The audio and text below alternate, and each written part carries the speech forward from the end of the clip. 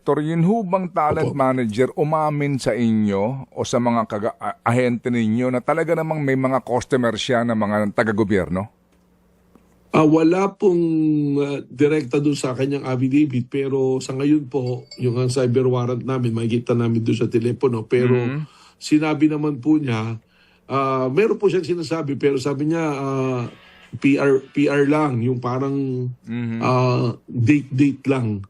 Ganun. Sabi nga niya, ngayon lang nga ako may involved dito sa ganito, sa ganyan na sistema.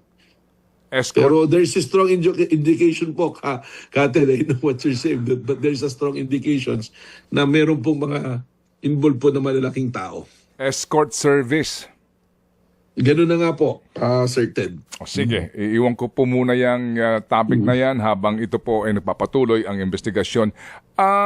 Alam niyo na po ito, Director, ito pong umano 4 doon sa mga nagpapakilalang bodyguard raw ni Saldico ang nagbago na po ng statement?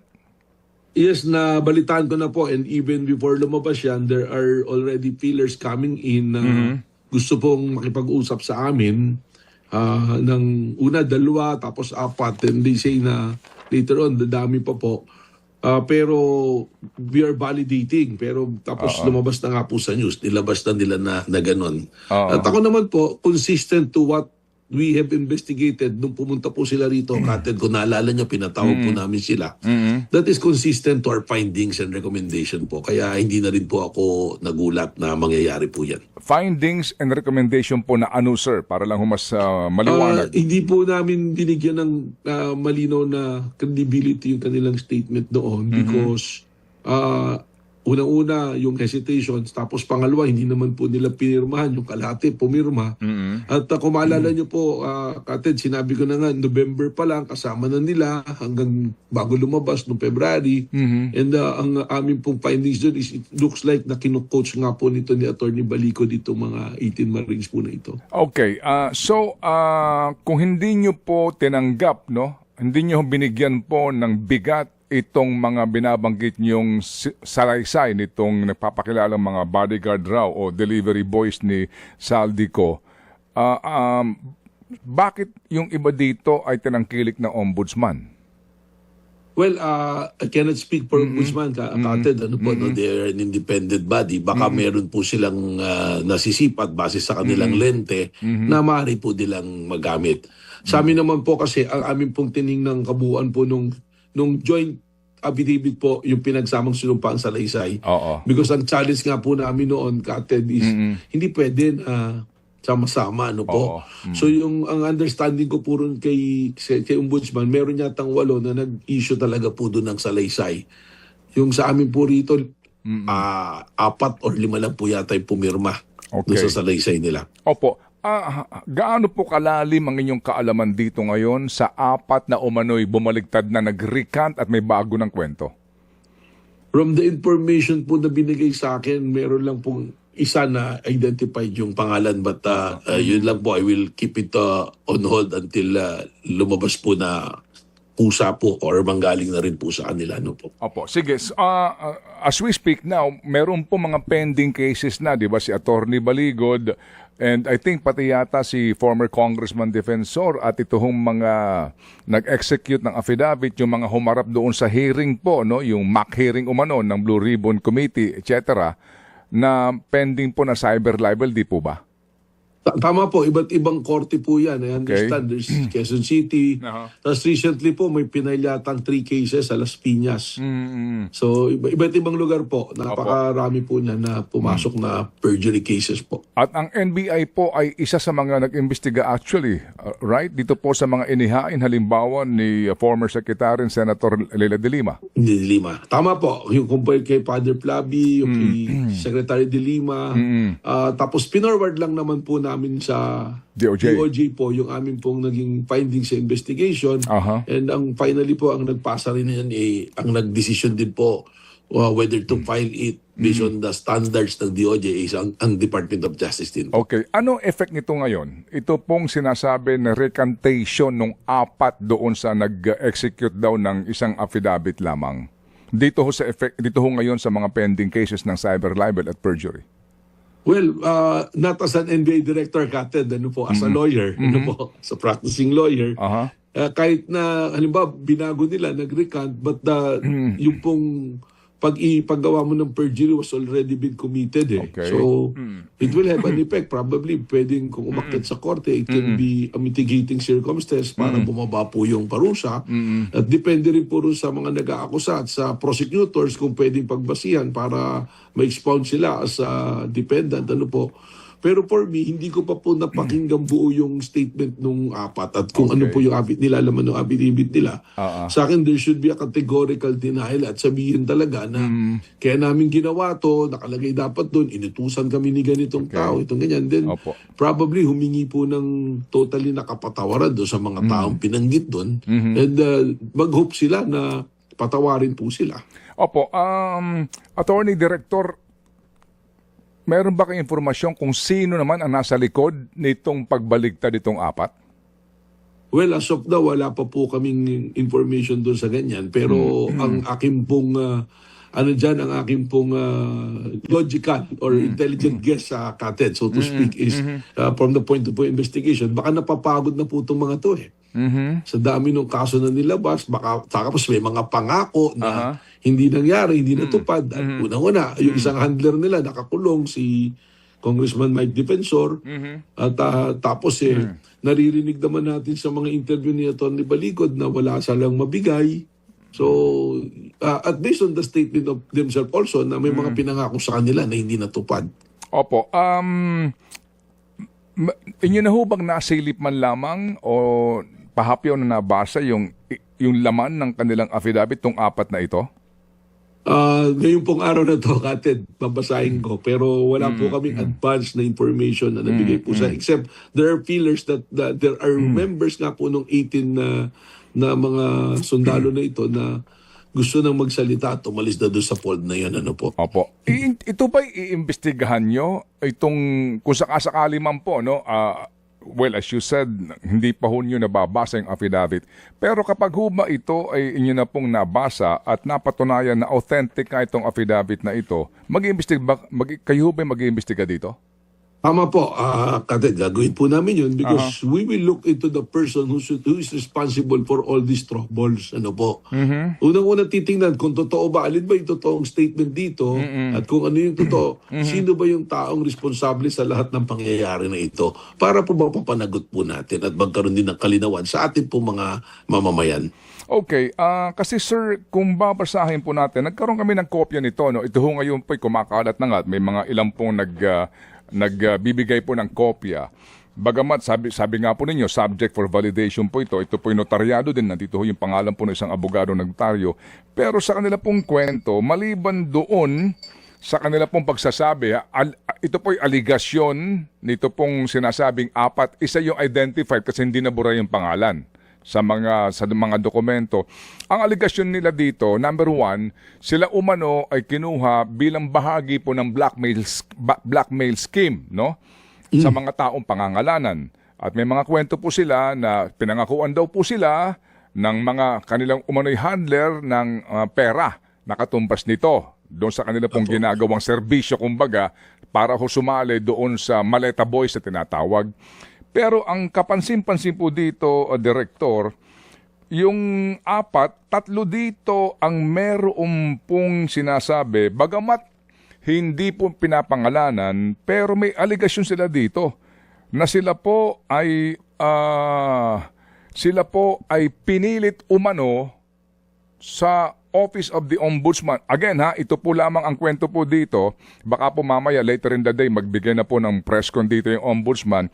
May aligasyon sila dito na meron daw pong umano'y abogado, nagpakilala ng abogado doon sa Ombudsman nung maghahain na ng affidavit para ho kila Martin Romualdez et al. Ito po sinasabi nila dito, no? Ang sinasabi nila, halimbawa po ng kanila pong statement dito, no? Nang pumunta ako sa opisina ng Ombudsman, agad akong kinausap ng mag-isa ng kanilang abogado, etc. etc. At ipinakita sa akin na sinumpaang salaysay na nakahanda na maliban sa aking lagda. Sinabihan ako na makabubuti sa akin at sa aking pamilya kung ako ay makikisama na lamang at pipirmahan ang dokumento. Opo, eto ho yun, at et cetera. Pero sabi niya, natakot daw siya. Oo, dahil nga daw po sa sinabihan siya na yung mga tao na handler ninyo nakakulong na ngayon, baka makulong ka rin. Ganun po ang mga kwento, halos pare-pareho, nun tatlo. So may aligasyon sila dito, umano na during the time na sila nagtungo doon sa Office of the Ombudsman, hindi pinangalanan po kung sinong tao, yung baka nagpapanggap rin po taga-ombudsman, pero allegedly po, ang sinasabi dito, parang yung complaint laban kay Romualdez, ang pinapipirmahan sa kanila ng pilit. At dahil daw po sa natatakot na sila, kasi nga bahagi sila ng scheme muna na mag-blackmail daw po at magsinungaling, at ginamit daw ho sila sa propaganda sa politika, lalo pa silang natakot dahil nga dito sa kasong isasampa na baka daw po eventually, kapag hindi sila nakipagtulungan na naman dito, makulong din sila. Yeah. Well, that should be the subject of an independent investigation, ano po, no? Pero base po doon sa binasa ninyo, saka doon po sa mga ng salaysay nila, lalo tayo nagkakaroon ng basihan para dapat tanungin pong buti dahil very conflicting na lumalayo po yung mga ebidensya.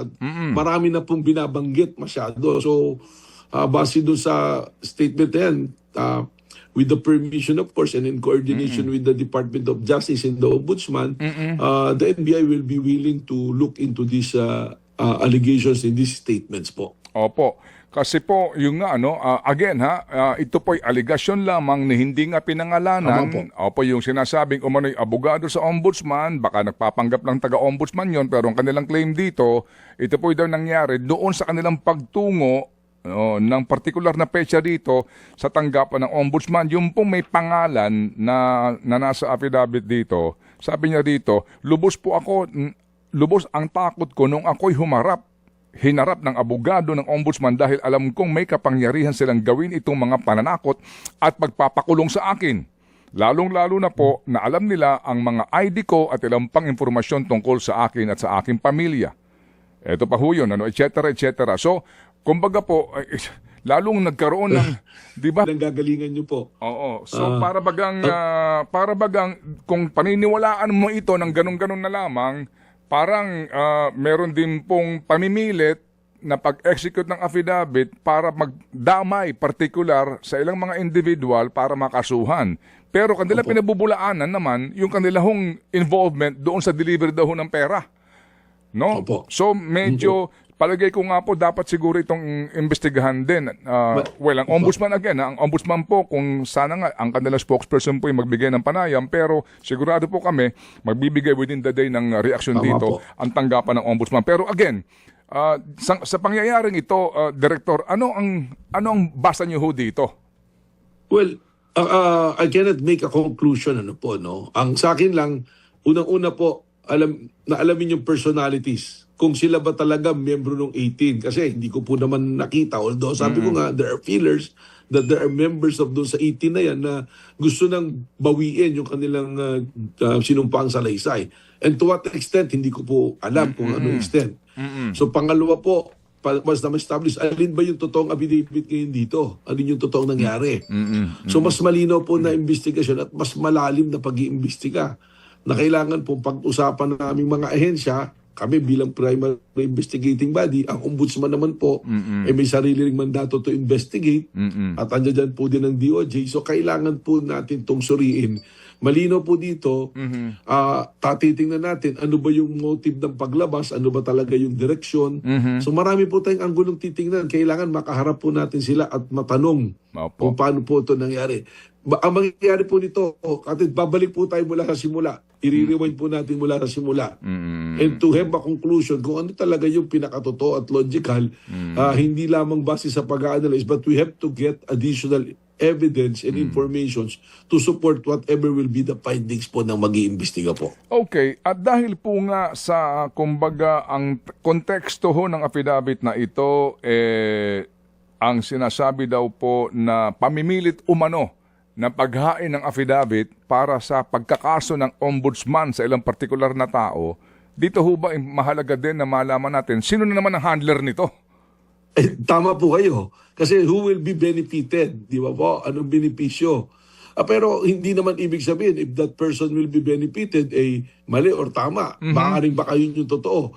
So it's really a big investigation and fact-finding to arrive to the truth. Kasi lalabas po dyan what will be the value ng salita nitong apat na to. Then from the start po, hindi mo na pwedeng pagtiwalaan lahat yung kanyang sinasabi.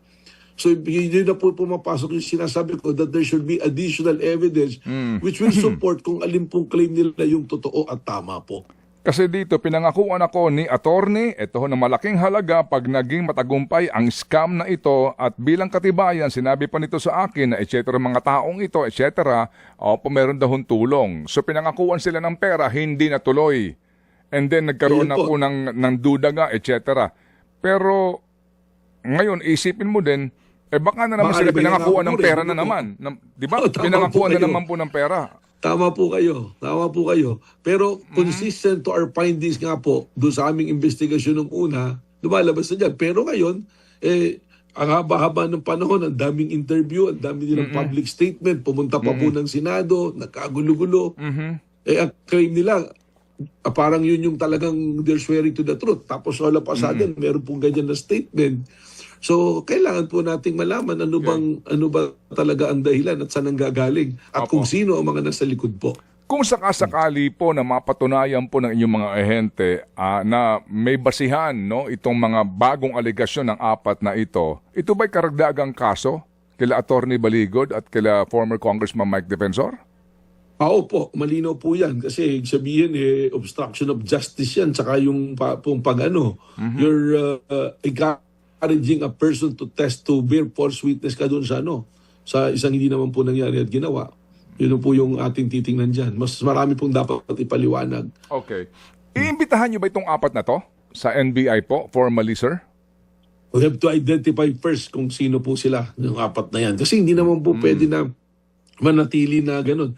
Ang isa lang question ko nga dyan, bakit kailangan magtakip pa ng mukha? Alam naman natin, nung sa 18 noon, matapang na lumalabas na nandiyan po So, ang malinaw dito, kung sila talaga member doon sa 18, malaki pong mess to. It's a big mess na nandiyan sila na the only thing that will save them is lumabas na talaga yung katotohanan. Not only from their words, but they should come out with the supporting evidence and supporting testimony of other personalities po siguro. Yung isang affidavit dito, na lantad yung pangalan na nag-execute, may abogado pati ho yung kanyang pangalan nandito rin, etc. ng mga detalye, yung kanyang lisensya, etc.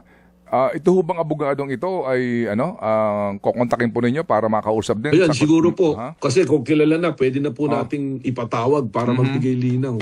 Kasi legally, meron pa po tayong mga question din dito. Kapatid, tingnan po ninyo.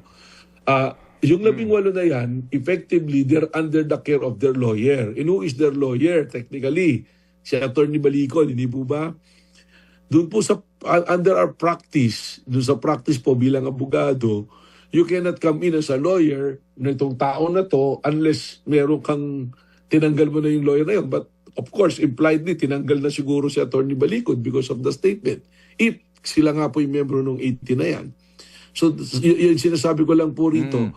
Ang daming complications, pero mabuti kung sinasabi niyo po may lumabas na lawyer at may pangalan na, we'll probably subpoena them. But first, before we do that, we have to coordinate with other agencies like the Department of Justice and the Office of the Ombudsman po. Okay, sige. Yan huy kaninyo, misteryo din. Kasi noong sila'y lumantad na sa ilang pagkakataon, sa ilang mga okasyon, ang kanilang mga muka, ngayon po, lumantad yung apat, takip na yung muka, sa ilang pong, sa interview ng media, at dito nga po sa ilang news outlet, That's a mystery now, Director, Tama po kayo. Yun din nga po yung observation ko kasi you cannot cover the truth Magkaiba naman po to. Ito naman pong request sa amin itong babalik ko lang po ibalik with your permission itong pagtatakip ng mukha nitong ating talent manager tsaka nung babae. That is the request that we have to give in dahil hindi naman po sila lumalabas pa publicly. Pero dito po sa lantad na po yan kung sino-sino na po nag-interview. Mas maganda kung lumabas talaga kasi alam nyo, yung social media ngayon, they can be so cruel.